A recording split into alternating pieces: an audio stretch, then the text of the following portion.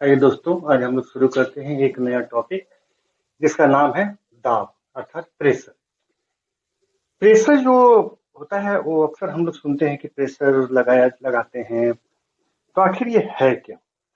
तो प्रेशर के बारे में ये कहा जाता है कि जब कोई दो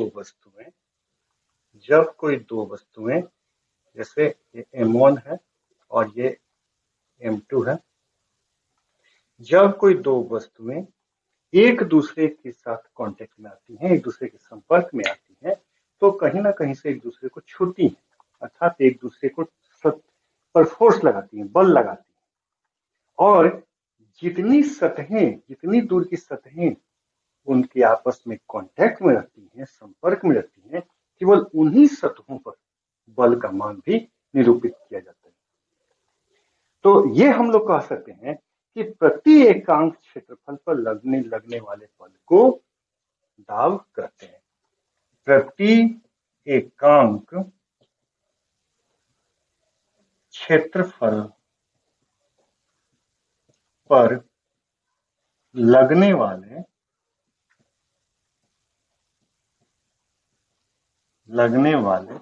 बल को दाब कहते हैं। अब जैसे यहाँ पे यदि हम लोग देख रहे हैं तो दोनों वस्तुओं की सतहें M1 M2 की सतहें जो है वो आपस में इस जगह पर आकर मिल रही हैं, अर्थात केवल इतना ही पे ये जो क्षेत्रफल, इस वस्तु का जो क्षेत्रफल होगा वही दाब पे लगेगा। जैसे यदि हम लोग यहाँ पे देखें तो ये जो पेन है ये यहाँ पे टच कर रहा है, तो टच कर रहा है तो इस जगह पे जितना ये इसका गोला है वही केवल इस बोर्ड पे आकर टच कर रहा होगा। तो अगर इसको मैं ऐसे दबाता हूं तो केवल वही हिस्सा जो है उस पर दाब ज्यादा लगेगा, बाकी तो जो आपस में कांटेक्ट है इस कारण से उन पे थोड़ा दब है, क्योंकि ये ठोस है। लेकिन यदि ठोस नहीं होता, कोई और होता स्ट्रक्चर, तो केवल उतनी ही सतह पर ज्यादा फोर्स लगेगा।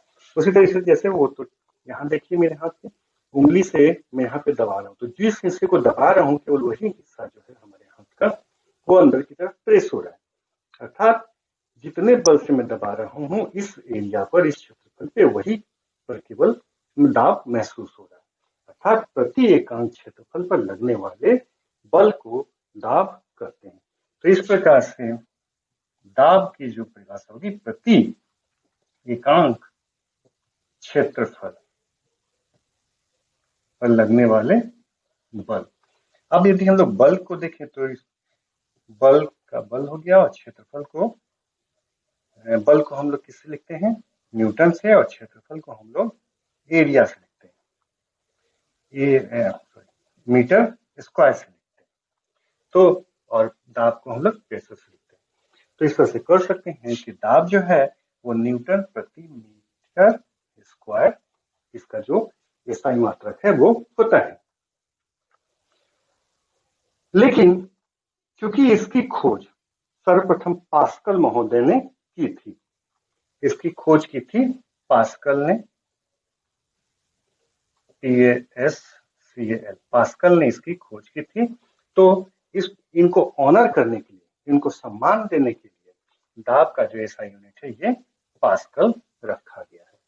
जैसे बिल्कुल उसी प्रकार से जैसे हम लोग फोर्स की यूनिट को न्यूटन कहते हैं, तो यहाँ पर भी पास्कल महोदय ने खोज की थी, तो ये इसको पास्कल कहते हैं। अब देखिए एक चीज, जैसे ये एक कांटी है, ये एक नेल है, और इसका नाम A रख देते हैं, और एक नेल है ये,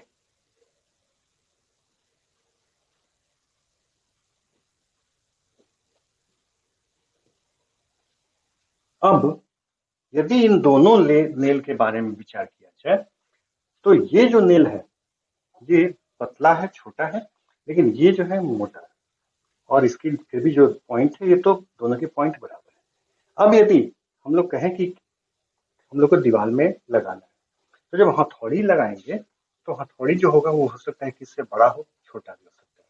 यहाँ पे क्या हो सकता है कि बराबर हो सकता है, छोटा भी हो सकता है, बड़ा भी हो सकता है, इससे ही बड़ा भी हो सकता है।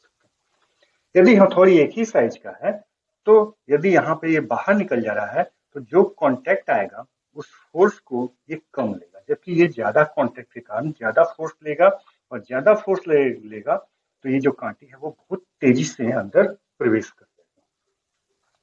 तो ऐसी स्थिति में क्या होगा कि ये जब ज्यादा कांटेक्ट होने के कारण ज्यादा जो है वो वर्क होगा, लेकिन कम कांटेक्ट होने के कारण जो है वर्क की जो मात्रा है वो कम होगी।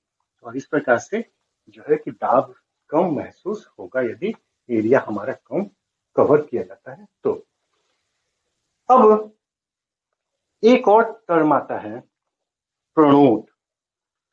प्रणोद प्रणोद जिसको कि थ्रस्ट।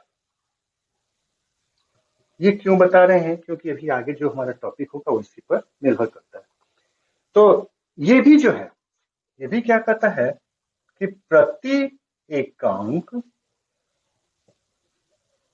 क्षेत्रफल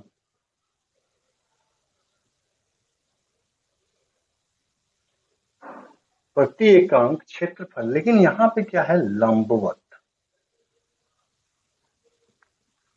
लगने वाले बल को प्रणोद कहते हैं।